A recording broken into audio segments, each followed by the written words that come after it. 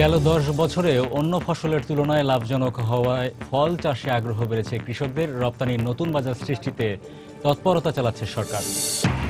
পৌর নির্বাচনের প্রার্থীদের পোস্টার ও লিফলেট ছাপাতে দিনরাত ব্যস্ত ছাপাখানাগুলো। উপার্জন ভালো হওয়ায় খুশি মালিক কর্মীরা। নির্মাণের 10 বছরের মধ্যেই প্রবালদ্বীপ সেন্ট মার্টিনের জেটি ঝুঁকিপূর্ণ। বড় ধরনের দুর্ঘটনার আশঙ্কা, ব্যবস্থা নেওয়ার আশ্বাস জেলা প্রশাসনের। এবং আমদানিকৃত লৌহজাত দ্রব্য অবৈধভাবে খোলা বাজারে বিক্রি করায় রাজস্ব হারাচ্ছে সরকার। বন্ধ হতে বসেছে প্রায় 4 লাখ প্রতিষ্ঠান। বন্ড সুবিধা বন্ধের দাবি সংশ্লিষ্টদের।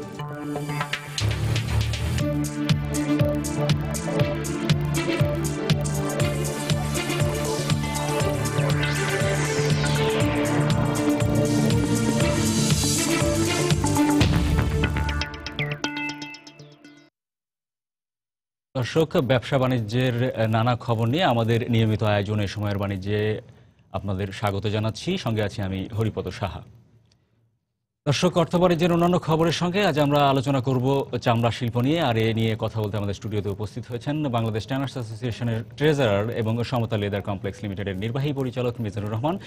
জনাব মিজানুর রহমান, আপনাকে আমাদের স্টুডিওতে স্বাগত জানাচ্ছি। ধন্যবাদ। আপনার সঙ্গে মূল আলোচনায় যাওয়ার আগে কিছু অন্যান্য খবর থেকে ফিরছি। গেল 10 বছরে দেশের সব ধরনের ফলমূলের উৎপাদন বেড়েছে দ্বিগুণেরও বেশি। পাশাপাশি উৎপাদন বৃদ্ধির দিক দিয়েও বিশ্বে বাংলাদেশের অবস্থান এখন শীর্ষে। এক্ষেত্রে কৃষি বিভাগের সহায়তার পাশাপাশি অন্যান্য ফসলের তুলনায় লাভজনক হওয়ায় ফল চাষে আগ্রহ বেড়েছে বলে মত কৃষকদের। যদিও কৃষি সম্প্রসারণ অধিদপ্তর বলছে, বছর জুড়ে ফল উৎপাদন অব্যাহত রাখার পাশাপাশি ফল রপ্তানির নতুন বাজার সৃষ্টিতেও নানামুখী তৎপরতা চালাচ্ছে সরকার। জুবায়ের ফয়সালের রিপোর্ট। স্বাস্থ্য বিশেষজ্ঞদের পরামর্শ মতে একজন সুস্থ স্বাভাবিক মানুষের দৈনিক 200 গ্রাম ফলমূল খাওয়া বাধ্যতামূলক। নিয়ম মেনে ভোক্তা পর্যায়ে ফলমূল ক্রয়ের প্রতি তাই রয়েছে আলাদা চাহিদা। তবে ফল চাষে পর্যাপ্ত সম্ভাবনা থাকার পরও এটি চিন্তার কারণ হয়ে দাঁড়ায় যখন দেখা যায় দেশের বাজারে সচরাচর পাওয়া যায় এমন 27টি ফলের অধিকাংশই আমদানি নির্ভর। তবে আসার কথা হলো, সম্প্রতি বৈশ্বিক কৃষি উৎপাদন বিষয়ক এক প্রতিবেদনে FAO বলছে, গেল 2 বছরে বাংলাদেশের সব ধরনের ফলের উৎপাদন বিশ্বের বেশিরভাগ দেশের তুলনায় দ্রুত বেড়েছে। সরেজমিনে গাজীপুর অঞ্চলের ফল চাষিদের সঙ্গে কথা বলেও জানা যায়, অনেক চাষি ধানের মতো চাহিদা সম্পন্ন ফসল বাদ দিয়ে আগ্রহী হয়েছেন ফল চাষে। ধান কাজ করলে যেই খরচ হয়, এই খরচের তুলনায় বড়ি বাগান করছি পরে 100 বিঘা জমিনের যেই ফসল লাইলে যেই লাভটা হয় তার চেয়ে বেশি আমার এই বাগানে হয়। তো এটাতে একটু লাভবান আমার বেশি, অন্য ফসল খরচ বেশি, আমি নিজে এটা দেখশন করি। তবে ফল উৎপাদন বৃদ্ধির বিষয়টিকে কৃষি বিভাগের সফলতা হিসেবেই দেখছে সরকার। যদিও বছর জুড়ে ফল চাষাবাদের পাশাপাশি কৃষকদেরকে উৎপাদিত ফলের ন্যায্য মূল্য পাওয়ার বিষয়টি নিশ্চিত না করা গেলে রফতানি বাণিজ্য সম্প্রসারিত হবে না বলেও মনে করছে কৃষি অধিদপ্তর। কৃষি পণ্য বাজারজাতকরণের ক্ষেত্রে এটা বরাবরই আমরা লক্ষ্য করেছি যে কৃষকের যে প্রাপ্তি সেটি খুব ন্যায়সঙ্গত হচ্ছে না। কিন্তু এখন সারা দেশে বছরব্যাপী ফল উৎপাদন কার্যক্রম জোরদারকরণের লক্ষ্যে একটি প্রকল্প গৃহীত হয়েছে। এই প্রকল্পটি বাস্তবায়িত হলে আমরা এই ফলের উৎপাদনের এক ধরনের বৈপ্লবিক পরিবর্তন দেখব। 2014-15 অর্থ বছরে প্রথমবারের মতো যুক্তরাজ্যে আম রফতানি শুরু করেছে বাংলাদেশ। এরই মধ্যে দেশটি বাংলাদেশ থেকে আমলকি, পেয়ারা, কুল সহ নানা ধরনের ফল ক্রয়ের আগ্রহ প্রকাশ করেছে। কাপাসিয়ার প্রত্যন্ত অঞ্চলের এই গ্রামটির মতো সারা দেশেই গেল 10 বছরে ফলমূল চাষে এসেছে বৈপ্লবিক পরিবর্তন। কিন্তু শুধু উৎপাদন বাড়াতে সমৃদ্ধি দেখছেন না ফল চাষিরা, বরং ভোক্তা পর্যায়ে বিষমুক্ত ফল পৌঁছানোর মাধ্যমে দেশীয় চাহিদা পূরণের সঙ্গে রপ্তানি বৃদ্ধিতেও নজর রয়েছে তাদের। আর এক্ষেত্রে সরকারি বেসরকারি সমন্বিত উদ্যোগই হতে পারে তাদের মূল চালিকা শক্তি। জুবায়ের ফয়সাল, সময় সংবাদ, গাজীপুর। এদিকে আমের গাছ কেটে ফেলছেন চাঁপাইনবাবগঞ্জের বাগান মালিকরা। সেই গাছের কাঠ বিক্রি করছেন জ্বালানি ও বাসা বাড়িতে ব্যবহৃত আসবাবপত্রের কাজে। লোকসানের কারণে বাগান মালিকরা মুখ ফিরিয়ে নিচ্ছেন বলে মনে করেন ব্যবসায়ী নেতারা। অবশ্য ফল গবেষকরা বলছেন, ব্যাগিং পদ্ধতিতে আমের উৎপাদন করলে লাভবান হবেন সংশ্লিষ্টরা। সাইফুর রহমান রকির রিপোর্ট, ছবি তুলেছেন হাবিবুর রহমান পাপ্পু। দেশে মোট আমের প্রায় 40% উৎপাদন হয় চাঁপাইনবাবগঞ্জে, কিন্তু টানা গত 2 মৌসুম আমের আশানুরূপ দাম পাননি এখানকার বাগান মালিক ও ব্যবসায়ীরা। উল্টো লোকসান গুনতে হয়েছে অনেককে। তাই ক্ষোভে আর দুঃখে আমের গাছ কেটে ফেলছেন তারা। আর এসব কাঠ বিক্রি হচ্ছে জ্বালানি ও আসবাবপত্র তৈরির কাজে। গতবার আমে খুব লস, এই কারণে আম গাছগুলো কাটা হচ্ছে। যেহেতু আমের দাম ভালো পাওয়া যাচ্ছে না, ওই কারণে খড়িতে কাটার জন্য 105 টাকা করে খড়ি বেচে কেনা হচ্ছে। গেল মৌসুমে কোটি কোটি টাকা লোকসানের কারণে আগ্রহ হারিয়ে ফেলছেন বাগান মালিকরা বলে মনে করেন এই ব্যবসায়ী নেতা।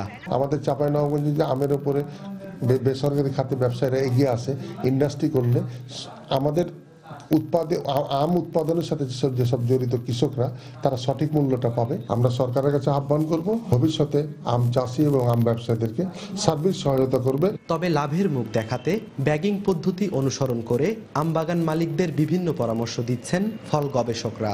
40 থেকে 55 দিন বয়সে এই আমটা ব্যাগের মধ্যে আমরা পুরে দেব বা ঢুকাই দেব, এবং আম যেদিন সংগ্রহ করার দরকার হবে ব্যাগ থেকে আমটা খুলে সরাসরি বাজারে নেব, কোনো কিছু করার প্রয়োজন নাই। এবং আরেকটা ভালো খবর হলো যে এই আমটা আপনি সরাসরি রপ্তানি করতে পারবেন, কোনো ধরনের কিছু করার প্রয়োজন হয় না। চাঁপাইনবাবগঞ্জে 24,260 হেক্টর জমিতে আমের বাগান রয়েছে, আর বছরে 2.5 লাখ মেট্রিক টন আমের উৎপাদন হয়। সাইফুর রহমান রকি, সময় সংবাদ, চাঁপাইনবাবগঞ্জ। বারবার সময় বেঁধে দেওয়ার পরেও সাভারে ট্যানারি শিল্প স্থানান্তর না হওয়ায় ট্যানারি মালিক ও সিটিপি বাস্তবায়নকারী ঠিকাদারদের বিরুদ্ধে কঠোর আইনগত ব্যবস্থা নেওয়ার আহ্বান জানিয়েছেন পরিবেশ বাঁচাও আন্দোলন পবা। সোমবার রাজধানীতে পবা কার্যালয়ে আয়োজিত এক সংবাদ সম্মেলনে এই আহ্বান জানায় সংগঠনটি। এ সময়ে ট্যানারি মালিক ও ঠিকাদার দুপক্ষের মধ্যে যোগসাজশের অভিযোগ তুলে পবার নির্বাহী সাধারণ সম্পাদক আব্দুস সোবহান জানান, গেল 9 ডিসেম্বরের সরেজমিন পরিদর্শনে দেখা গেছে 155টি ট্যানারির মধ্যে মাত্র একটির ছাদ ঢালাইয়ের কাজ শেষ হয়েছে। বাকি 58% প্রতিষ্ঠান শিল্প ভবনের ফাউন্ডেশন সম্পন্ন করেছে এবং 20%-এর কোনো কাজই হচ্ছে না। এক্ষেত্রে হাজারীবাগে ট্যানারি স্থানান্তরে মালিকদের চাপ প্রয়োগ সহ পরিবেশ আইনে হাজারীবাগে ট্যানারি বন্ধ করা এবং ক্ষতিপূরণ আদায়ের দাবি জানায় সংগঠনটি। এর আগে 31 ডিসেম্বরের মধ্যে সাভারে ট্যানারি পল্লী স্থানান্তর না করলে হাইকোর্টের নির্দেশনা অনুযায়ী প্লটের বরাদ্দ বাতিল সহ আইনগত ব্যবস্থা নেওয়ার ঘোষণা দেয় শিল্প মন্ত্রণালয়। 2002 সালে 17 জানুয়ারি একটা প্রকল্প নিয়ে পরবর্তী 2013 সালে সরকার যখন অ্যাসোসিয়েশনগুলো চুক্তি করে, তারপরেও কিন্তু 2 বছর চলে গেছে, কিন্তু আমরা কোনো রকম অগ্রগতি, স্থানান্তরের কোনো অগ্রগতি দেখছি না। তারা যাচ্ছেন না বা কিছুই করছেন না। তাদের প্লট বাতিল করা এবং প্রয়োজনে তাদের আপনার ক্ষতিপূরণ আদায় করা এবং চলতি মূলধন না দেওয়া। সিটিভি যারা করার জন্য দেরি করছে তাদেরকেও যে ফাইনের আওতায় নিয়ে আসা হোক। যারা কন্ট্রাক্টর যারা তারা সঠিকভাবে করতে পারে নাই, সেই জন্য যাতে আমরা ক্ষতিপূরণ পাইতে পারি সেটার একটা ব্যবস্থা করি। দর্শক, আমরা আগেই জানিয়েছিলাম আজ আমরা আলোচনা করব চামড়া শিল্পের কারখানা স্থানান্তর নিয়ে। এ ব্যাপারে বিস্তারিত আলোচনায় চলে যাচ্ছি বাংলাদেশ ট্যানার্স অ্যাসোসিয়েশনের ট্রেজারার এবং সমতল লেদার কমপ্লেক্স লিমিটেডের নির্বাহী পরিচালক মিজানুর রহমানের সঙ্গে। মিজান ভাই, বাংলাদেশে চামড়া শিল্পের যে সম্প্রসারণ, যদি আমি দেশ স্বাধীনের আগে থেকে বলি, একসময় 30টা ট্যানারি ছিল 1965 সালের হিসাব অনুযায়ী। সেখান থেকে এখন ব্যাপ্তিটা অনেক বেড়েছে, কিন্তু এই যে চামড়া শিল্পনগরী রাজধানীর মধ্যে থেকে সরিয়ে স্থানান্তরের বিষয়ে যে সমস্যা তৈরি হয়েছে, এখান থেকে উত্তরণে কি অবস্থা দেখতে পাচ্ছেন আপনি? ধন্যবাদ আপনাকে। অ্যাকচুয়ালি আপনি যেটা বলছেন সঠিকভাবে বলছেন যে 30টি ট্যানারি দিয়ে আমরা হাজারীবাগে ট্যানারি শিল্প শুরু করছি, এবং এটা আপনি ধরেন গত 60 বছরের ইতিহাস। 60 বছরে আমরা এটা আস্তে আস্তে আস্তে আস্তে হাজারীবাগে এখানে আজকে এই পর্যায়ে আসছে। তো আমাদের সাথে 2003 সালে যে প্রথম এমইউটা হয় সেই অনুযায়ী আমরা সাভারে স্থানান্তরিত হব। এরপরে বিভিন্ন জটিলতার কারণে এটার হয়ে ওঠে নাই। তো বর্তমানে যে ব্যবস্থা আমাদের চলতেছে, এতে করে আমরা আশা করতেছি ইনশাল্লাহ আমরা মার্চ এপ্রিলের ভিতরে 2016 মার্চ এপ্রিলের ভিতরে ইনশাল্লাহ আমরা কিছু ট্যানারি চালু করতে পারবো। তো এখানে সমস্যা দেখা দিছে যে সিটিপি যে নির্মাণ যে অবস্থা, সেটা তারা আমাদেরকে বলছে উইদিন ডিসেম্বর তারা অন্তত 2টা মডিউল, 4টা মডিউলে 2টা মডিউল হলেও তারা শেষ করবে। বাট আমরা এটা নিয়েও আশঙ্কায় আছি যে এটা মনে হয় ওনারা মানে শেষ করতে পারবে না। তাতে করে যেটা হচ্ছে যে আমরা কি কারণে হাজারীবাগ থেকে চলে যাচ্ছি, আমরা পরিবেশ দূষণ করছি, নদী দূষণ করছি। সুতরাং ওখানে গেলেও আমরা কিন্তু দলেশ্বরীর পাশেই আমাদের অবস্থানটা, যদি আমাদের সিটিপিটা কমপ্লিট না হয় তাহলে ওখানে আমাদের আরো বেশি বিপর্যয় দেখা দিবে, কারণ ওখানে ড্রেনেজ সিস্টেমটা একেবারেই রাখা হয়নি। টোটাল ওয়েস্টেজটা আমাদের পানি দিয়ে পানির মাধ্যমে পাইপের মাধ্যমে মানে সেন্ট্রাল সিটিপিতে যাওয়ার কথা, যদি সেটা না হয় তাহলে আরো বেশি ডিজাস্টার দেখা দিবে বলে আমার মনে হচ্ছে আর কি। এই স্থানান্তর প্রক্রিয়ায় অনেক সময় আপনারা বলে থাকেন যে 5,000 থেকে 5,500 কোটি টাকার প্রয়োজন পড়বে, সেখানে অবকাঠামো নির্মাণে 3,500 কোটি টাকা এবং মূলধনী যন্ত্রাংশ আমদানিতে হয়তো 2,000 কোটি টাকা লাগবে। সেই ক্ষেত্রে বাণিজ্যিক ব্যাংকগুলোর অর্থলগ্নির মানে ইচ্ছা কেমন দেখছেন, তাদের আগ্রহ কেমন আছে এই শিল্পে? আচ্ছা, ফ্রম দ্য বিগিনিং আসলে টেনারি শিল্পে আমাদের বাণিজ্যিক ব্যাংকগুলির যে বিনিয়োগের যে আগ্রহ সেটা অনেক কম, অনেকাংশেই কম। তারপরে আমরা বিভিন্ন ফোরামে বিভিন্ন অর্গানাইজেশনের সরকারের সাথে বিভিন্নভাবে বলছি আমাদের ট্যানারি শিল্প ওইখানে স্থানান্তর করার জন্য 5 থেকে 7,000 কোটি টাকার প্রয়োজন। তো সেটা এবং দীর্ঘমেয়াদী লোনের আমাদের প্রয়োজন। সেক্ষেত্রে আমাদের অনুরোধ ছিল বারবারই যে আমাদেরকে স্বল্প সুদে, বিশেষ করে যদি সিঙ্গেল ডিজিটে পসিবল হয় সেটা করে দীর্ঘমেয়াদী একটা লোনের ব্যবস্থা করে দেওয়া। আদারওয়াইজ আপনি দেখেন আমরা এখানে 60 বছরে আস্তে আস্তে আমাদের নিজস্ব পুঁজির মাধ্যমে, অর্থায়নের মাধ্যমে আমরা এখানে ট্যানারি শিল্পটা গড়ে তুলছি। তো সুতরাং এখনও অনেক ট্যানারি অর্ধেক পাকা অর্ধেক কাঁচা অবস্থা আছে বা আধা কাঁচা অবস্থায় আছে। সুতরাং এই অবস্থাটাকে উত্তরণ করার জন্য আমাদের অবশ্যই মানে সরকারি সাহায্য সহযোগিতা, ব্যাংকিং ক্ষেত্রে বা বাণিজ্যিক ব্যাংকগুলির সহযোগিতা প্রয়োজন। আদারওয়াইজ আমাদের পক্ষে মানে এখন আমরা যেভাবে করতেছি সেটা হলো আমাদের পার্সোনাল পুঁজি থেকে আমরা করতেছি। আপনারা জানেন যে গত বছর আমাদের অর্থনৈতিক মন্দা থাকে, আন্তর্জাতিক বাজারে চামড়ার চাহিদা কম থাকে, আমরা অনেক চামড়া বিক্রিও করতে পারিনি এবং আমাদের লক্ষ্যমাত্রার চেয়ে দেখা গেছে 30 কোটি টাকা চামড়া কম রপ্তানি ডেফিনেটলি রাইট।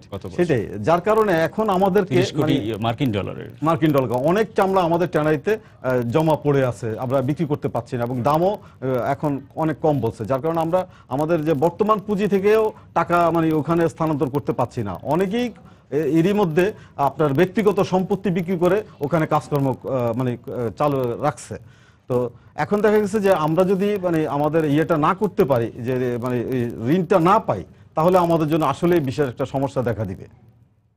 একটা বিষয় যে পরিবেশবাদী যেসব সংগঠনগুলো রয়েছে যারা এই বিষয়ে কাজ করছে, তাদের কিন্তু সবসময় অভিযোগ থাকে যে আপনারা ট্যানারি মালিক যারা রয়েছেন এবং সিইটিপি বাস্তবায়ন যারা করছেন তাদের মধ্যে একটা আঘাত রয়েছে যে দীর্ঘায়িত করার জন্য যে স্থানান্তর প্রক্রিয়াটাকে। এটা সম্পূর্ণই ভুল, কারণ সিইটিপির যে ব্যাপারটা এটা সরকারিভাবে সম্পূর্ণভাবে নিয়ন্ত্রণ করতেছে, এখানে আমাদের কোনো হাতই নেই। এটা সরকারিভাবে বিসিকের মাধ্যমে নিয়ন্ত্রিত হচ্ছে। এখানে একটা বুয়েটের একটা বিশেষজ্ঞ কমিটি আছে যারা এখানে পরামর্শ দেয়, তারাও আমাদের সাথে কোনো লিয়াজও নেই। সুতরাং সিইটিপির ব্যাপারে আমাদের কোনো হাতই নেই। ওখানে আমরা নিজেরা ঢুকে দেখতেও পাচ্ছি না, এরকম অনুমতি নিয়ে আমাদের ওখানে প্রবেশ করতে হয়। মোটা দাগে কিছু কারণ বলবেন যে এই যে 2003 সালে আপনাদের এমইউ স্বাক্ষরিত হলো, আজকে 2015 পার হতে চলেছে, এই যে 13 বছরেও কেন একটা শিল্প স্থানান্তর সম্ভব হলো না? জি, ওখানে প্রথমত এমইউ স্বাক্ষর হয়েছে 2003-এ, কিন্তু এখানে জমি অধিগ্রহণ নিয়ে একটা জটিলতা ছিল। এর মাঝখানে একবার বিসিকের যে প্রজেক্টটা ছিল ওই প্রজেক্টটাও বন্ধ হয়ে গেছিল, আবার প্রজেক্টটা নতুন করে চালু করা হয়েছে 2012 সালে। তো তারপরে থেকেই কিন্তু দ্রুতভাবে কাজ চলতেছে। আমাদের যে লাস্ট পিডি সিরাজুল ইসলাম সাহেব ছিলেন, উনি যথেষ্ট আন্তরিকতার সহিত সবাইকে মোটিভেট করে এবং কাজ স্টার্ট করতে পেরেছেন। তো বর্তমানে আমাদের কিন্তু দ্রুতভাবে কাজ চলতেছে। আপনি রিসেন্টলি যদি কোনো লোক যায় ওখানে দেখতে পাবে যে অনেক ট্যানারি কাজ অলরেডি কমপ্লিট করে, কিছু মেশিনারিজও অলরেডি ওখানে চলে গেছে, মেশিনারিজ কনস্ট্রাকশন কাজ চলতেছে, মেশিনারিজ ফিট করার কাজ চলতেছে এবং অনেকে ড্রাম নিয়ে চলে গেছে ওইখানে। আমাদের শিল্পমন্ত্রী কিন্তু হুঁশিয়ারি উচ্চারণ করেছেন যে 31 ডিসেম্বরের মধ্যে কিন্তু কার্যক্রম শেষ করতে হবে। তো সেই জায়গায় আপনারা কতটুকু আশাবাদী? আমরা মোটামুটি আশাবাদী যে অ্যাটলিস্ট আমি প্রথমে বলছি যে মার্চ এপ্রিলের ভিতরে আমরা অ্যাটলিস্ট কিছু ট্যানারি আমরা স্টার্ট করতে পারবো। আপনি জানেন যে এটা সিইটিপির সাথে সম্পূর্ণভাবে সম্পৃক্ত, কারণ আদারওয়াইজ আমরা যে ওয়েস্টেজটা পারবো, আমাদের সলিড ওয়েস্ট বা আপনার লিকুইড ওয়েস্ট যেটা যাবে, এটা কিন্তু আপনার এখান থেকে পাস হওয়ার কোনো ওয়ে নাই যদি সিইটিপিটা কমপ্লিট না হয়। সিইটিপিটা কমপ্লিট হলে আমাদের আসলে এখানে তো খুব বেশি আপনার ইনফ্রাস্ট্রাকচার প্রয়োজন নেই। আমাদের ড্রাম বা মেশিনারি যেগুলি আমরা যেই স্ট্রাকচারটা শুধুমাত্র ছাদ ঢালাই দেওয়ার পরে আমরা কাজ শুরু করে দিতে পারবো, সেক্ষেত্রে আমাদের কোনো সমস্যা। একটা বিষয় হচ্ছে যে বাংলাদেশে যে চামড়া খাতের সম্ভাবনা রয়েছে, সেই সম্ভাবনাকে পুরোপুরি কাজে লাগাতে গেলে একটা কমপ্লায়েন্ট ইন্ডাস্ট্রি দরকার, কারণ বিদেশি ক্রেতাদের বিভিন্ন রকমের অজুহাত রয়েছে। কমপ্লায়েন্স ইস্যুতে কিন্তু বিদেশি ক্রেতারা অনেকেই নাকি আগ্রহ হারিয়ে ফেলেছে, এরকম ধরনের খবরও আমরা পাচ্ছি। কিংবা দেখা যাচ্ছে যে দর কম দেওয়ার একটা অজুহাত তারা খোঁজার চেষ্টা করছে। তো এই বিষয়গুলোকে কিভাবে দেখছেন? রাইট, আপনি যথার্থই বলছেন।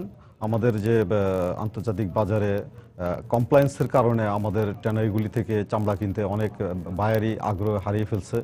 বিশেষ করে কোরিয়াতে আমাদের যে চামড়াগুলি যেত ওগুলি বায়ার ছিল মেইনলি আমেরিকান বায়ারগুলি বা ইউরোপিয়ান বায়ারগুলি এবং ব্র্যান্ডেড কোম্পানিগুলি, যারা আমাদের দেশ থেকে চামড়া কেনার প্রতি কিছুটা মানে নিষেধাজ্ঞার মতো আছে, আনঅফিসিয়ালি তাদের একটা নিষেধাজ্ঞা আছে, যার কারণে তারা বাংলাদেশ অরিজিন লেদারটা কম চাহিদা দেখাচ্ছে। রিসেন্ট একই সাথে আপনার আন্তর্জাতিক বাজারেও কাঁচা চামড়ার প্রাইসটা ফল করার কারণে আমাদের চাহিদা অনেকাংশে হ্রাস পেয়েছে। সুতরাং আর কমপ্লায়েন্সটা আমাদের বিশেষ করে খুবই দরকার, কারণ এখন সারা ওয়ার্ল্ডেই সব সেক্টরেই কমপ্লায়েন্সটা বায়াররা দেখতে চায়। সুতরাং আমরা ইনশাল্লাহ আশা করতেছি যে হেমায়তপুরে যে আমরা যে ট্যানারি যে স্টেটটা করতেছি, আমরা যতটুকু জানি যে বর্তমানে এই শিল্পের সাথে সরাসরি সংশ্লিষ্ট রয়েছে 7 থেকে 8 লাখ শ্রমিক, যারা অনেকটা স্বাস্থ্য ঝুঁকির মধ্য দিয়েই এই কারখানাগুলো পরিচালনা করছে। হ্যাঁ, তা কিছুটা আছে, তবে সবাই এখানে স্বাস্থ্য ঝুঁকির মধ্যে নেই। যারা হাজারীবাগের ট্যানারি সেক্টরে কাজ করে মূলত তাদের মধ্যে একটা স্টেজে, যেটা ওয়েট ব্লু স্টেজটা আমরা বলি, ওই স্টেজে যারা কাজ করে মূলত তারা কিছুটা আপনার সরাসরি কেমিক্যালের সাথে সম্পৃক্ত থাকে।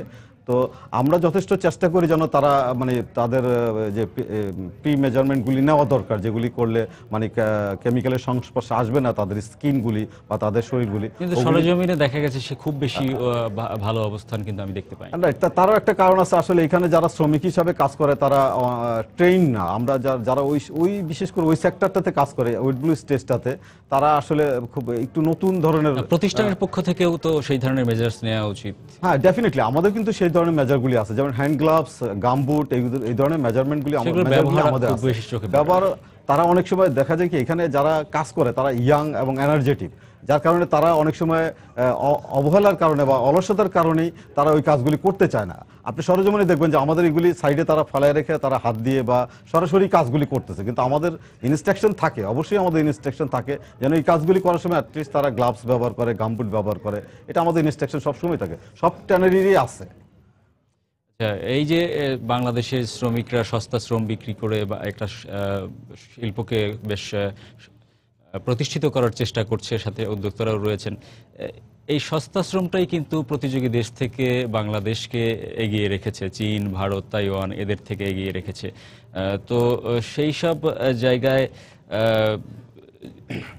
যে অন্যান্য দেশের বিনিয়োগকারীদের বাংলাদেশমুখী হওয়ার যে একটা সুযোগ রয়েছে, একটু কম দামে পণ্য পাওয়ার ক্ষেত্রে যেসব ক্রেতাদের আসার সুযোগ রয়েছে, সেই সুযোগকে কাজে লাগাতে আপনারা কতটুকু তৎপর? যে আমরা সেটার জন্য অবশ্যই আগ্রহী যে আমরা এই সুযোগটা কাজে লাগাতে চাই। যদিও আপনি বলছেন যে সস্তা শ্রমিক, তবে আমাদের দেশের কনটেক্সটে আমাদের ট্যানারি সেক্টরের যে মজুরি আছে এটা কিন্তু অনেক বেশি আমাদের দেশের কনটেক্সটে, যদিও বাইরের কনটেক্সটে এটা তুলনামূলকভাবে অনেক কম, যার কারণে আপনি দেখবেন যে এখন আমাদের দেশে অনেক ফুটওয়্যার ফ্যাক্টরি রিসেন্টলি গ্রো করতেছে এবং জয়েন্ট ভেঞ্চারেই গ্রো করতেছে। তো আমরা আশাবাদী যে আমরা ট্যানারিস যদি আমরা স্থানান্তর করতে পারি খুব দ্রুত, এবং তাতে করে আমরা অনেক বিদেশি বায়ারদের আগ্রহ সৃষ্টি করতে পারবো, প্লাস আমাদের ফুটওয়্যার ইন্ডাস্ট্রিটা অনেক বেশি ডেভেলপ করবে। কারণ ফুটওয়্যার ইন্ডাস্ট্রিটা চায়নাতে অলরেডি শাটডাউনের পর্যায়ে চলে গেছে তাদের শ্রমিকের কস্ট বৃদ্ধি পাওয়ার কারণে, আপনি যথার্থই বলছেন, যার কারণে আমাদের দেশে এই স্কোপটা অনেক বেশি। আর আপনি জানেন যে চামড়ার বাণিজ্যটা অলমোস্ট $200 বিলিয়ন বাণিজ্য, যার ৫৫% ছিল হচ্ছে আমাদের। হ্যাঁ, 0.5% হলো আমাদের কন্ট্রিবিউশন বাংলাদেশের। সুতরাং আমাদের একটা বিরাট ফিউচার আছে এবং আমরা সেটার জন্য অপেক্ষা করতেছি। আচ্ছা, বাংলাদেশে বিদেশে চামড়াজাত পণ্য রপ্তানির একটা শুরু হয়েছেই, সেই সাথে স্থানীয় বাজারের আকারও কিন্তু ছোট নয়, যেটা বলা যায়। স্থানীয় বাজারে কিন্তু অনেক বিদেশি ব্র্যান্ড ব্যবসা করছে।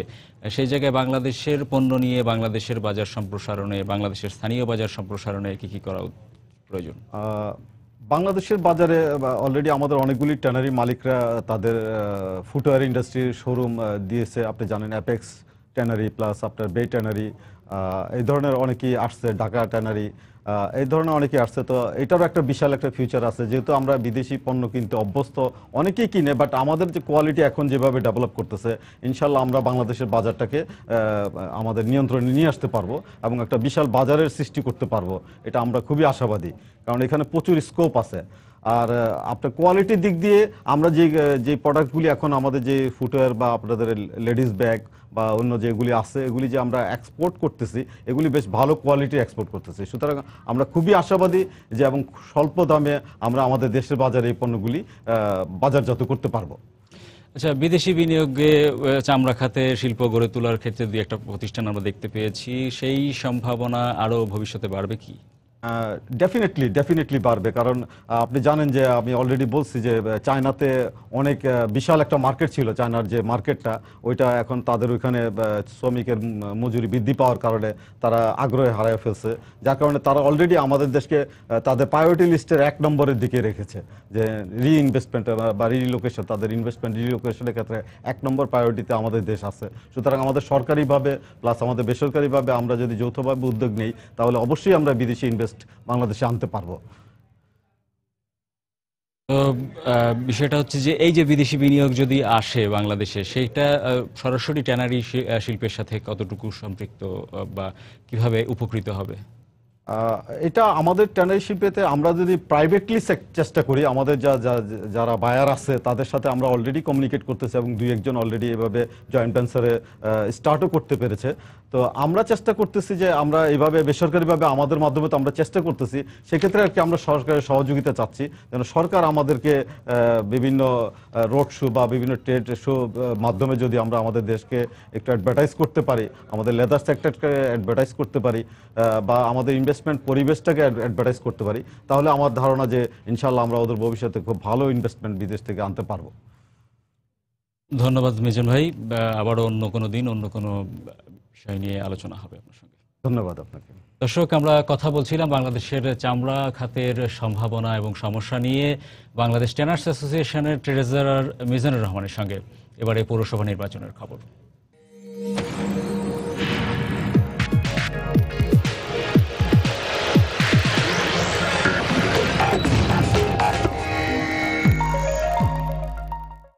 আর কয়েকদিন বাদেই পৌরসভা নির্বাচন, প্রচারণায় ব্যস্ত সময় পার করছেন মেয়র এবং কাউন্সিলর প্রার্থীরা। প্রতিটি মুহূর্ত কাজে লাগাতে চষে বেড়াচ্ছেন পাড়া মহল্লার অলিগলি।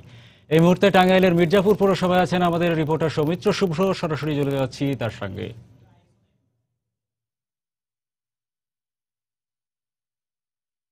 মির্জাপুর পৌরসভার ব্যবসা বাণিজ্যের অন্যতম কেন্দ্রস্থল মির্জাপুর বাজারে এখন আমরা অবস্থান করছি এবং মির্জাপুর বাজারে কিন্তু পৌরসভা নির্বাচন যেটি 30 ডিসেম্বর অনুষ্ঠিত হবে, সেটির যে প্রচারণার ঢেউ লেগেছে। আমার পেছনে এবং চারপাশে কিন্তু আপনি প্রার্থীদের পোস্টার, আমি দাঁড়িয়ে দেখি যতদূর চোখ যায় কিন্তু প্রার্থীদের বিভিন্ন প্রতীক সম্বলিত যে পোস্টার, সেই পোস্টারগুলো আমরা দেখতে পেয়েছি। এবং এখানে এই এলাকাটি পড়েছে 3 নম্বর ওয়ার্ডের মধ্যে, সেখানে কাউন্সিলর পদে বেশ কয়েকজন প্রতিদ্বন্দ্বিতা করছেন এবং মেয়র পদে এই পৌরসভায় প্রতিদ্বন্দ্বিতা করছেন 2 জন প্রার্থী। এদের মধ্যে একজন আওয়ামী লীগ মনোনীত মেয়র প্রার্থী শাহাদাত হোসেন সুমন এবং অন্যজন বিএনপি সমর্থিত মেয়র প্রার্থী হযরত আলী। এবং দুজনের দলীয় প্রতীকে নির্বাচন করছেন এবং বাকিরা অন্য যারা কাউন্সিলর প্রার্থীরা রয়েছেন তারা বিভিন্ন প্রতীকে নির্বাচন করছেন। এবং এই এলাকায় এসে, এই মির্জাপুর বাজারে এসে আমি এখানকার যারা স্থানীয় বাসিন্দা রয়েছেন এবং ব্যবসায়ীরা যারা রয়েছেন তাদের সঙ্গে কথা বলেছি। তারা বিভিন্ন অভাব অভিযোগ আমাদেরকে জানিয়েছেন। তারা জানিয়েছেন যে এই এলাকাগুলোর ড্রেনেজের সমস্যা রয়েছে, এই সমস্যাটি সমাধানের দাবি তারা জানিয়েছেন যখনই মেয়র প্রার্থীরা বা কাউন্সিলর প্রার্থীরা তাদের কাছে প্রচারণায় এসেছেন। এছাড়া তারা জানিয়েছেন যে এই এলাকায় কিন্তু গ্যাসের একটি সমস্যা রয়েছে, গ্যাস সংযোগ নেই অনেক জায়গাতেই, যার ফলে ব্যবসায়ের বিভিন্ন ক্ষেত্রে তাদেরকে নানা প্রতিবন্ধকতার মুখে পড়তে হচ্ছে। এছাড়া বাসাবাড়িতে গ্যাস না থাকার কারণে কিন্তু তারা নানা সমস্যায় পড়ছেন। তো এবার তারা প্রধান যে দাবিটি আসলে রেখেছেন মেয়র প্রার্থীদের কাছে এবং অন্যান্য প্রার্থীদের কাছে, সেটি হচ্ছে এই এলাকায় অবিলম্বে সব বাসাবাড়িতে গ্যাস সংযোগ দিতে হবে। এছাড়া বিদ্যুৎ নিয়েও তাদের কিছুটা অভিযোগ রয়েছে, সেই ক্ষেত্রেও আসলে মেয়ররা হস্তক্ষেপ করবেন এমন দাবি তারা জানিয়েছেন। এবং মেয়ররা যারা প্রচারণায় আসছেন তারা কিন্তু এইসব দাবি পূরণের আশ্বাসই দিচ্ছেন। আইন শৃঙ্খলা পরিস্থিতি নিয়ে কথা বলেছেন এখানকার ব্যবসায়ীরা। তারা বলেছেন আইন শৃঙ্খলা পরিস্থিতি স্থিতিশীল, তবে এই স্থিতিশীলতা যেন বজায় থাকে এটি তারা মেয়র প্রার্থীদের কাছে দাবি জানাবেন। এছাড়া তারা আরও কথা বলেছেন যে এই এলাকার অবকাঠামো মোটামুটি কিন্তু উন্নত রয়েছে এবং যেই সড়কগুলো রয়েছে এই শহরের আশেপাশে এবং এই এলাকার আশেপাশে, এটি যেটি প্রধান সড়ক মির্জাপুর বাজারের, এই বাজারের আশেপাশে যে সড়কগুলো রয়েছে সেগুলো সংস্কারের দাবি তারা জানিয়েছেন। কারণ বেশিরভাগ সড়কই পাকা সড়ক, কিন্তু সংস্কারের অভাবে কিন্তু সড়কগুলো আসলে ঠিক স্বাভাবিকভাবে তারা ব্যবহার করতে পারছেন না। তো মির্জাপুর পৌরসভায় কিন্তু 30 ডিসেম্বর 19,000-এর বেশি ভোটার তাদের ভোটাধিকার প্রয়োগ করবেন। মোট 10টি কেন্দ্রে তারা ভোটাধিকার প্রয়োগ করবেন, 59টি কক্ষে ভোট হবে এবং এর মধ্যে প্রায় 9,000 পুরুষ ভোটার এবং 10,000 নারী ভোটার রয়েছেন। তাদের এই ভোটদানের মধ্য দিয়ে তারা একজন মেয়র নির্বাচন করবেন এবং 9টি ওয়ার্ডে কিন্তু কাউন্সিলর নির্বাচন করবেন, যেখানে প্রতিনিধিত্ব করছেন 29 জন এবং 9 জন নারী কাউন্সিলরও রয়েছেন। তো মির্জাপুর পৌরসভায় প্রচার প্রচারণা সকাল থেকে দেখেছি যে প্রার্থীরা যাচ্ছেন, জনসংযোগ করছেন, বিভিন্ন আশ্বাস দিচ্ছেন। তবে দলীয় প্রতীকে নির্বাচন হওয়া সত্ত্বেও কিন্তু ভোটাররা বলছেন যে আসলে দলের মনোনয়নের দিকে না তাকিয়ে তারা বরং যেই প্রার্থীর আগের অতীত অভিজ্ঞতা তাদের কাছে অনেক স্বচ্ছ মনে হয়েছে, যিনি কথা রেখেছেন এর আগে, তার প্রতি তারা আসলে সমর্থন জানাবেন ভোটের দিন। তো হরি, এই হচ্ছে এখানকার অবস্থা মির্জাপুর পৌরসভার নির্বাচনী প্রচার প্রচারণার হাল হকিকত। দর্শক, সহকর্মী সৌমিত্র শুভ্র টাঙ্গাইলের মির্জাপুর পৌরসভার নির্বাচনী ব্যস্ততা নিয়ে খবরাখবর জানাচ্ছিলেন। এদিকে অন্য নির্বাচনী এলাকাগুলোর মতোই বরিশালের ছাপাখানাগুলোতে দিনরাত চলছে ব্যস্ততা। ঘুম নেই ছাপাখানার কর্মীদের। মালিক কর্মী সবার উপার্জন ভালো। এবার নিয়ম মেনেই প্রার্থীরা পোস্টার ও লিফলেট ছাপাচ্ছেন বলে জানান নির্বাচন কর্মকর্তারা। আরও জানাচ্ছেন ফিরদাউস সোহাগ। প্রতীক বরাদ্দের পরপরই ব্যস্ততা বেড়ে গেছে ছাপাখানাগুলোতে। চলছে অবিরাম poster, leaflet, handbill, voter slip, badge সহ নির্বাচনী প্রচারণার নানা সামগ্রী ছাপা হচ্ছে। তাই যে কোনো সময়ের চেয়ে কাজের চাপ এখন অনেক বেশি। ছাপাখানা সরগরম হওয়ায় বেড়েছে কর্মীদের বাড়তি আয়। দিনরাত কাজ করতে হচ্ছে, ওভারটাইম পাচ্ছি, কষ্ট হচ্ছে, তারপর আমরা খুব খুশি। পৌরসভা নির্বাচনে কাজকর্ম বেড়ে গেছে, আমাদের খুব ভালো লাগে।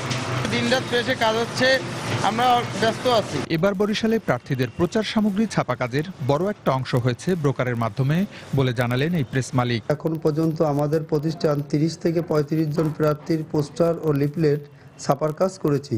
এবার ছাপার কাজের বড় একটা অংশ এসেছে ব্রোকারের মাধ্যমে। সরাসরি প্রার্থীরা আমাদের কাছে এলে লাভ আরও ভালো হতো। এদিকে পোস্টার, লিফলেট ছাপার কাজ পুরোপুরি রীতি মেনেই চলছে বলে জানালেন নির্বাচন কর্মকর্তা। কোনো রঙিন পোস্টার অথবা নিয়ম বহির্ভূতভাবে কোনো পোস্টার ছাপানো অভিযোগ আমরা এখনো পাইনি। এই ব্যাপারে নির্বাচন কমিশন মনিটর করছে। বরিশাল বিভাগের 17 পৌরসভায় নির্বাচন হচ্ছে। এতে মেয়র পদে 59, সাধারণ কাউন্সিলর পদে 503 ও সংরক্ষিত কাউন্সিলর পদে 145 জন প্রতিদ্বন্দ্বিতা করছেন। ফিরদাউস সোহাগ, সময় সংবাদ, বরিশাল। ইন্ডাস্ট্রিয়াল বন্ড সুবিধার আওতায় আমদানিকৃত লৌহজাত দ্রব্য অবৈধভাবে কম দামে খোলা বাজারে বিক্রি করায় রাজস্ব হারাচ্ছে সরকার। ক্ষতিগ্রস্ত হচ্ছে প্রকৃত ব্যবসায়ীরা। গুটি কয়েক কোম্পানির হাতে এ বন্ড সুবিধা সীমাবদ্ধ থাকায় বন্ধ হওয়ার উপক্রম। এ শিল্পের সঙ্গে জড়িত প্রায় 4 লাখ মাঝারি, ক্ষুদ্র ও বৃহৎ প্রতিষ্ঠান। এ শিল্পের সঙ্গে জড়িত প্রকৃত ব্যবসায়ীদের বাঁচিয়ে রাখতে বন্ড সুবিধা বন্ধের দাবি জানিয়েছে Bangladesh iron and steel importers association. গতকাল সকালে রাজধানীর বংশালে মানববন্ধন কর্মসূচিতে তারা এ দাবি জানান। বন্ড সুবিধা বাতিল সহ 8 দফা দাবিতে গত কয়েকদিন ধরেই রাজধানী সহ সারা দেশে দোকানপাট বন্ধ করে আন্দোলন করে আসছেন ব্যবসায়ীরা। ব্যবসায়ীদের দাবি, হাতে গোনা কিছু ইন্ডাস্ট্রি সরকারের কাছ থেকে বন্ড সুবিধা নিয়ে লৌহজাত পণ্য আমদানি করে অবৈধভাবে খোলা বাজারে বিক্রি করছেন। এর ফলে আর্থিকভাবে ক্ষতিগ্রস্ত হচ্ছে এই শিল্পের সঙ্গে জড়িত প্রায় 4 লাখ প্রতিষ্ঠান। বন্ডের সুবিধায় তাদের প্রয়োজন হয় 1000 টন, তারা নিয়ে আসছে 20,000 মেট্রিক টন এনে তারা খোলা বাজারে বিক্রি করছে। এইখানে আমাদের লৌহ এই ইম্পোর্টার সবাই মিলে, বড় ক্ষুদ্র মাঝারি সব ধরনের বিজনেসম্যান মিলে এখানে 1 কোটি লোক জড়িত। আজকে এই লৌহ ব্যবসা শেষের দিকে। আমাদের ছেলেপেলে আছে, আমাদের সংসার আছে, লেবাররা, কর্মচারীরা আজকে তারা বেতন দিতে পারছে না। রাজস্ব ফাঁকি দিয়ে তারা বন্ডের মাল খোলা বাজারে বিক্রি করে আমাদের ব্যবসায়ীদেরকে পথে নামিয়ে দিয়েছে। সকালে রাজধানীর বংশালে এক মানববন্ধনে অংশ নিয়ে ব্যবসায়ীরা দাবি জানান, প্রকৃত ব্যবসায়ীরা সরকারকে কোটি কোটি টাকা রাজস্ব দিয়ে লৌহজাত পণ্যের কাঁচামাল আমদানি করলেও কিছু প্রতিষ্ঠান বন্ড সুবিধায় নামমাত্র শুল্ক দিয়ে হাজার হাজার কোটি টাকা লুটে নিচ্ছে। অবিলম্বে এই বন্ড সুবিধা বাতিলের দাবি জানান তারা। যদি বন্ডের মাল খোলা বাজারে বিক্রি বন্ধ না হয় তাহলে আমরা এই 1 কোটির উপরে লোক আমরা ক্ষতিগ্রস্তের সম্মুখীন হব। আমরা চাচ্ছি এই বন্ডের অবৈধ মাল যাতে তারা খোলা বাজারে বিক্রি না করতে পারে এবং আমরাও যাতে ব্যবসা করতে পারি। এদিকে দাবি আদায় না হওয়া পর্যন্ত অনির্দিষ্টকালের ধর্মঘটের ডাক দিলেও স্থানীয় সংসদ সদস্যের আশ্বাসের ভিত্তিতে ধর্মঘট তুলে নেন ব্যবসায়ীরা। নির্মাণের মাত্র 10 বছর যেতে না যেতেই ঝুঁকিপূর্ণ হয়ে উঠেছে প্রবালদ্বীপ সেন্ট মার্টিনের জেটি। সংস্কার বা পুনর্নির্মাণ করা না হলে যে কোনো সময় বড় ধরনের দুর্ঘটনার আশঙ্কা করছেন স্থানীয়রা। অবশ্য জেলা পরিষদের কর্মকর্তা বলছেন, বিশেষজ্ঞ দল যেটি পরিদর্শন করে গেছেন, তাদের মতামতের ভিত্তিতে ব্যবস্থা নেওয়া হবে। সুজাউদ্দিন রুবেলের তথ্য ও ছবি নিয়ে দেখুন ডেস্ক রিপোর্ট। পর্যটক ও স্থানীয়দের সুবিধার্থে 2005 সালে তৈরি হয় প্রবালদ্বীপ সেন্ট মার্টিনের এই জেটি। পর্যটকের ভরা মৌসুমে দ্বীপে প্রতিদিনই ভ্রমণে আসছেন হাজার হাজার পর্যটক। তারা ওঠানামা করেন এই জেটি দিয়েই।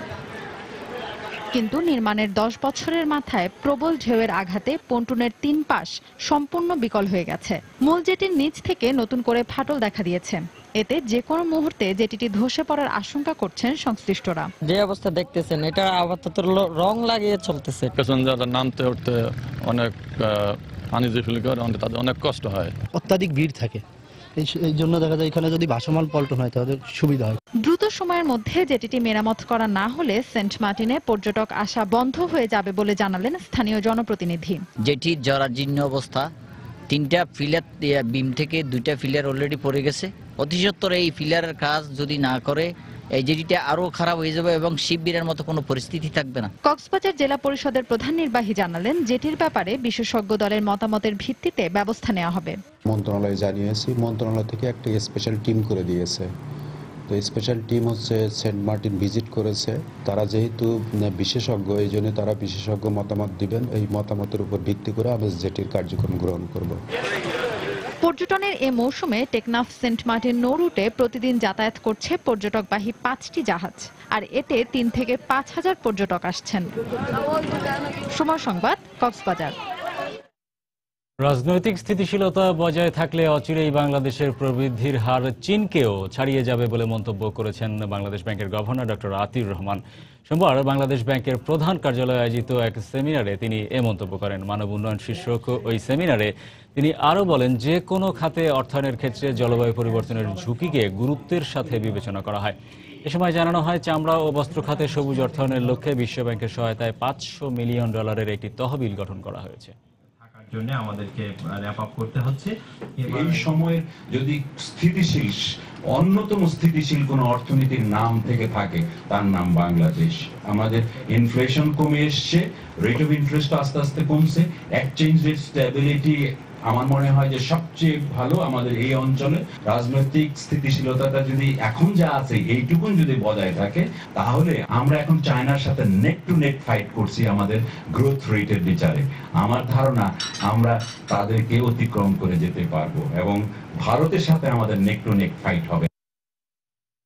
পুঁজিবাজারে বাণিজ্যিক ব্যাংকগুলোর বিনিয়োগের ক্ষেত্রে নীতিমালা শিথিল করার বিষয়কে ইতিবাচক হিসেবেই দেখছেন ঢাকা স্টক এক্সচেঞ্জ ডিএসসি। সোমবার এক কথা জানান ডিএসসির ব্যবস্থাপনা পরিচালক ডক্টর স্বপন কুমার বালা। এই সময় তিনি বলেন, বাংলাদেশ ব্যাংকের এই সিদ্ধান্তের ফলে দেশে পুঁজিবাজারের ব্যাংকগুলোর অতিরিক্ত বিনিয়োগ সমন্বয় আরও সহজ হবে। 2016 সালের 21শে জুলাইয়ের আগে মানে ব্যাংকের কিছু সমন্বয়ের বিষয় আছে। যদি কোনো সমস্যা হয় তাহলে ওই সময়টা তারা ইভেন বাড়িয়েও দিবেন। এর আগে ক্যাপিটাল মার্কেট রিলেটেড কোনো অ্যাক্টিভিটিতেই ব্যাংকের সাবসিডিয়ারিগুলো অনেক সময় অংশগ্রহণ করতে পারতো না। মার্ক টু মার্কেট অ্যাকাউন্টিং এর কারণেই তাদের এই এক্সপোজার বেড়ে যেত। তো সেই বিষয়টা এখন আর আসলে থাকবে না। ইভেন কিছু ক্ষেত্রে তারা মানে বিনিয়োগও করতে পারবে। আগামী 22 জানুয়ারি শুরু হতে যাচ্ছে বারভিডা কার এক্সপো 2016। রাজধানীর বসুন্ধরা কনভেনশন সেন্টারে দ্বিতীয়বারের মতো এ প্রদর্শনীর আয়োজন করেছে Bangladesh recondition vehicle importers and dealers association BARVIDA.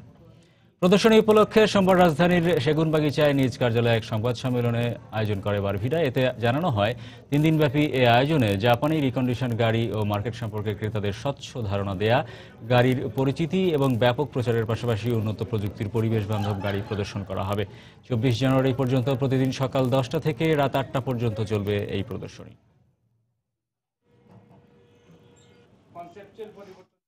অ্যাপেক্সের গৌরবোজ্জ্বল 25 বছর ক্যাম্পেইনের বিজয়ীদের পুরস্কার দেওয়া হয়েছে। রোববার জাতীয় প্রেস ক্লাবে রাফেল ড্রয়ের মধ্য দিয়ে বিজয়ীদের নাম ঘোষণা করা হয়। অনুষ্ঠানে প্রধান অতিথি হিসেবে উপস্থিত ছিলেন অ্যাপেক্স ফুটওয়্যার লিমিটেডের নির্বাহী পরিচালক সৈয়দ নাসিম মঞ্জুর। এছাড়াও প্রতিষ্ঠানটির ঊর্ধ্বতন কর্মকর্তারা উপস্থিত ছিলেন। ৮ সেপ্টেম্বর থেকে শুরু হওয়া এই ক্যাম্পেইন শেষ হয় ১৬ ডিসেম্বরে। এতে অংশ নেয় ১,৭৪,০০০-এরও বেশি প্রতিযোগী।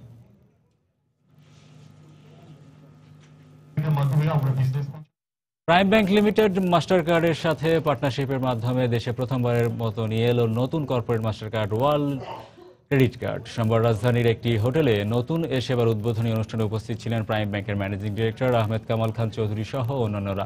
নতুন এই কার্ড এন্টারপ্রাইজ কার্ড হোল্ডারদের সেরা গ্রাহক সেবা প্রদানে সক্ষম হবে।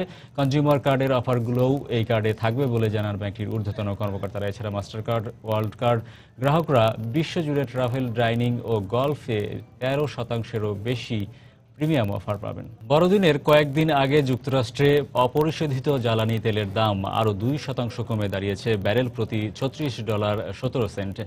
এবার 2008 সালের আর্থিক মন্দার চেয়েও কমে গেল জ্বালানি তেলের দাম। ডলারের শক্তিশালী মান এবং সুদের হার বাড়ানোয় এ অবস্থার সৃষ্টি হতে পারে বলে ধারণা করছেন বিশ্লেষকরা। জ্বালানি তেলের দাম আশঙ্কাজনক হারে কমলেও জ্বালানি রপ্তানিকারক দেশগুলোর সংগঠন অ্যাপেক তেলের উত্তোলন কমানোর বিপক্ষে। বর্তমানে ওপেক থেকে দৈনিক 3,10 লাখ ব্যারেল তেল উত্তোলন হয়। রাশিয়া উত্তোলন করে 1 কোটি ব্যারেল জ্বালানি তেল। এ অবস্থায় ইরানের প্রত্যাশা, জ্বালানি তেল রপ্তানির ওপর তেহরান থেকে নিষেধাজ্ঞা তুলে নেয় 2016 সালে বিশ্ববাজারে জ্বালানি তেলের দাম স্থিতিশীল পর্যায়ে চলে আসবে। স্টিলের দাম কমায় এবং চীনের স্টিলের সস্তা দরে আমদানির বিরুদ্ধে ইউকে কোনো ব্যবস্থা গ্রহণের ব্যাপারে একমত করতে না পারায় আরও বেশি ক্ষতিগ্রস্ত হচ্ছে চীনের স্টিল শিল্প।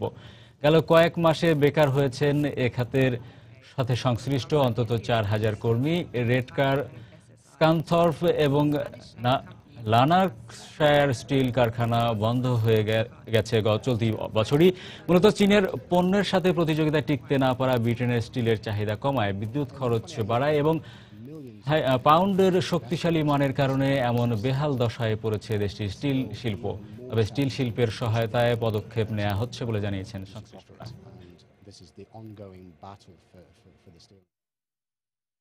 2014 সালে গুগলের চীনের অর্থনীতি লিখে সার্চ করলেই চলে আসতো বিশ্বের বৃহত্তম অর্থনীতির দেশ চীন কিংবা যুক্তরাষ্ট্রের টেক্কা দিয়ে বিশ্বের শীর্ষ অর্থনীতির দেশ চীন। অথচ 2015 সালে সার্চ ইঞ্জিনের সার্চ অপশনে দেখা গেছে এর উল্টোটা। সারা বছরই চীনা অর্থনীতির বিষয়ে অনুসন্ধান করলে এসেছে চীন অর্থনীতি বিপর্যয়ের মুখে পড়েছে। চীন অর্থনীতির ধীরগতি কিংবা চীনা শেয়ার বাজারে ধস। 2014 সালে স্থিতিশীল থাকলেও 2015 সালে শেয়ার বাজারে ধস, রপ্তানিতে ধীরগতি এবং ইউয়ানের মান কমায় সারা বছরই অস্থিতিশীল ছিল শক্তিশালী অর্থনীতির এ দেশটি। বছরের শেষ দিকে চীন বিষয়ে সার্চ ইঞ্জিনের মন্তব্য, কঠিন অবস্থায় 2016 সালে পদার্পণ করতে যাচ্ছে চীন। দর্শক, এবারে জানিয়ে দেব ঢাকা স্টক এক্সচেঞ্জের লেনদেন পরিস্থিতি। চলে যাচ্ছি ডিএসসির ওয়েবসাইটে।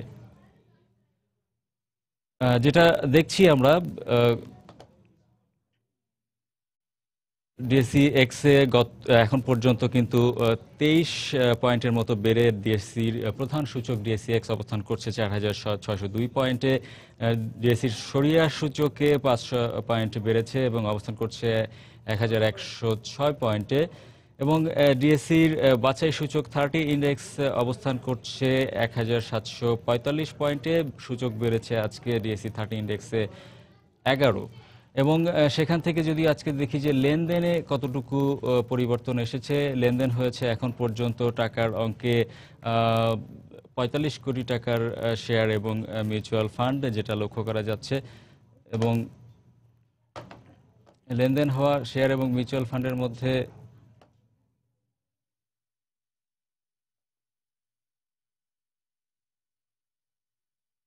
যদি টপ 20-তে কারা কারা অবস্থান করে নিয়েছে সেই অবস্থাটা যদি জানিয়ে দেই, সেখানে আজকে প্রথমেই লক্ষ্য করা যাচ্ছে যেটা কেডিএস লিমিটেড অবস্থান করছে সবশেষ 89 টাকা 20 পয়সা দর নিয়ে টপ 20-র একদম শীর্ষে। আফতাব অটো অবস্থান করছে টপ 20-র 2 নম্বরে। লেনদেন হচ্ছে সবশেষ 65 টাকা 80 পয়সায়। এটাই আজকে এখন পর্যন্ত আফতাব অটোজের সর্বোচ্চ দর, এবং সর্বনিম্ন দর আজকে লেনদেন হয়েছে যেটা আফতাব অটোজ 63 টাকা 50 পয়সায়। কাশেম প্রাইসেলস অবস্থান করছে 3 নম্বরে টপ 20-র তালিকায় 106 টাকা দর নিয়ে, এবং 106 টাকা 50 পয়সা পর্যন্ত লেনদেন হয়েছে। সর্বনিম্ন ছিল 103 টাকা 40 পয়সা। বেক্সিমকো অবস্থান করছে টপ 20-র 4 নম্বরে। বেক্সিমকোর পরে যেটা রয়েছে 28 টাকা 50 পয়সায় যদিও বেক্সিমকো লিমিটেড লেনদেন হচ্ছে। কেপিসিএল খুলনা পাওয়ার কোম্পানি লিমিটেড অবস্থান করছে টপ 20-র 5 নম্বরে 75 টাকা 80 পয়সা দর নিয়ে। 76 টাকা 20 পয়সা পর্যন্ত আজকে লেনদেন হয়েছে খুলনা পাওয়ারের। United power generation and distribution company limited অবস্থান করছে 6 নম্বরে। জ্বালানি খাতের এই প্রতিষ্ঠানটির সবশেষ দর লেনদেন মূল্য যেটা দেখা যাচ্ছে যে 141 টাকা 90 পয়সা, এবং সর্বোচ্চ দর ছিল আজকে এখন পর্যন্ত 142 টাকা। লাফার্জ সুরমা সিমেন্ট খাতের প্রতিষ্ঠানটি অবস্থান করছে টপ 20-র 7 নম্বরে 76 টাকা 30 পয়সায় লেনদেন হচ্ছে, এবং এটাই আজকে এখন পর্যন্ত সর্বোচ্চ দর লাফার্জ সুরমার, এবং সর্বনিম্ন দর ছিল 75 টাকা 50 পয়সা। বেক্স ফার্মা ওষুধ খাতের প্রতিষ্ঠান 86 টাকা 10 পয়সা সবশেষ লেনদেন হচ্ছে। 86 টাকা 50 পয়সা পর্যন্ত সর্বোচ্চ লেনদেন হচ্ছে, এবং সর্বনিম্ন ছিল 86 টাকা। স্কয়ার ফার্মা ওষুধ খাতের আরেকটি প্রতিষ্ঠান 255 টাকা দর নিয়ে অবস্থান করছে টপ 20-র 9 নম্বরে। 255 টাকা 30 পয়সা সর্বোচ্চ দর ছিল, এবং 254 টাকা 90 পয়সা পর্যন্ত আজকে লেনদেন হয়েছে। তারপরে রয়েছে টপ 20-র 10 নম্বরে রেনাটা রিজেন্ট টেক্সটাইল। রিজেন্ট টেক্সটাইলের সর্বশেষ লেনদেন মূল্য 21 টাকা 20 পয়সা। সর্বোচ্চ লেনদেন মূল্য রিজেন্ট টেক্সটাইলের 21 টাকা 30 পয়সা এবং 20 টাকা 60 পয়সা পর্যন্ত কিন্তু আজকে লেনদেন হয়েছে। জেএমআইএসএমডিএল অবস্থান করছে 167 টাকা শেষ লেনদেন মূল্য নিয়ে টপ 20-র 11 নম্বরে। 168 টাকা পর্যন্ত আজকে লেনদেন হয়েছে, এবং সর্বনিম্ন যেটা লেনদেন হয়েছে জেএমআইএসএমডিএল এর 160 টাকা 20 পয়সায়। সিমট্রেক্স অবস্থান করছে 12 নম্বরে 20 টাকা 10 পয়সা সর্বশেষ লেনদেন মূল্য। 20 টাকা 40 পয়সা পর্যন্ত লেনদেন হয়েছে, এবং সর্বনিম্ন লেনদেন মূল্য আজকে সিমট্রেক্সের যেটা লক্ষ্য করা যাচ্ছে সেটা হচ্ছে 19 টাকা 60 পয়সা পর্যন্ত। মোটামুটি এখন পর্যন্ত টপ 20-তে এই ছিল সর্বশেষ অবস্থা। যদি জানিয়ে দিই আপনাদেরকে যে এখন পর্যন্ত কত টাকার শেয়ার এবং মিউচুয়াল ফান্ড লেনদেন হয়েছে, এবং সেটা লক্ষ্য করা যাচ্ছে যে টাকার অঙ্কে যেটা লেনদেন হয়েছে 188 কোটি টাকার শেয়ার এবং মিউচুয়াল ফান্ড এখন পর্যন্ত প্রায় 1.5 ঘন্টায়, এবং লেনদেনের দিক থেকে যেটা দর্শক এই ছিল এখন পর্যন্ত দেশের প্রধান শেয়ার বাজার ঢাকা স্টক এক্সচেঞ্জের সবশেষ অবস্থা। আবারও জানিয়ে দিচ্ছি এ সময়ের বাণিজ্যের শিরোনামগুলো। গেল 10 বছরে অন্য ফসলের তুলনায় লাভজনক হওয়ায় ফল চাষে আগ্রহ বেড়েছে কৃষকদের। রপ্তানির নতুন বাজার সৃষ্টিতে তৎপরতা চালাচ্ছে সরকার। পৌর নির্বাচনের প্রার্থীদের পোস্টার ও লিফলেট স্থাপনে দিনরাত ব্যস্ত ছাপাখানাগুলো। উপার্জন ভালো হওয়ায় খুশি মালিক কর্মীরা। নির্মাণের 10 বছরের মধ্যেই প্রবালদ্বীপ সেন্ট মার্টিনের জেটি ঝুঁকিপূর্ণ। বড় ধরনের দুর্ঘটনার আশঙ্কা। ব্যবস্থা নেওয়ার আশ্বাস জেলা প্রশাসনের। এবং আমদানিকৃত লৌহজাত দ্রব্য অবৈধভাবে খোলা বাজারে বিক্রি করায় রাজস্ব হারাচ্ছে সরকার। বন্ধ হতে বসেছে প্রায় 4 লাখ প্রতিষ্ঠান। বন্ড সুবিধা বন্ধের দাবি সংশ্লিষ্টদের। এই ছিল এই সময়ের বাণিজ্যে। যে কোনো খবর পেতে ভিজিট করুন সময়নিউজ.tv। এছাড়া এইমাত্র পাওয়া খবর মোবাইলে পেতে SMS করুন 1624 নম্বরে। সঙ্গে থাকুন।